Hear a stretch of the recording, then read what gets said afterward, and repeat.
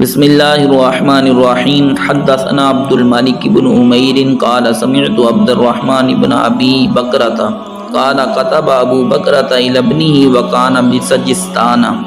بألا ان تقضي بين اثنين وانت غضبان فإني سمعت النبي صلی اللہ علیہ وسلم يقول لا يقضين حكم بين اثنين وهو غضبان۔ حضرت ابو بکرہ نے اپنے لڑکے یعنی اپنے بیٹے عبید اللہ کو لکھا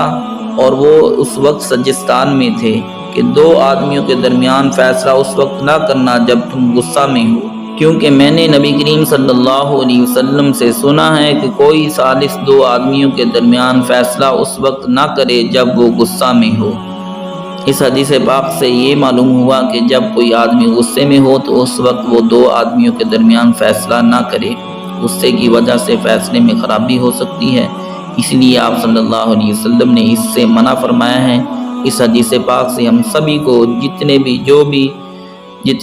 بڑے بڑے عہدے پہ جو لوگ فائز ہیں ان سبھی کو یہ پیغام ہے کہ جب بھی کسی کے درمیان فیصلہ کرنا ہو تو ٹھنڈے دل سے ٹھنڈے مزاج سے کیا جائے۔ اللہ تعالی ہم سب کو عمل کی توفیق عطا فرمائے۔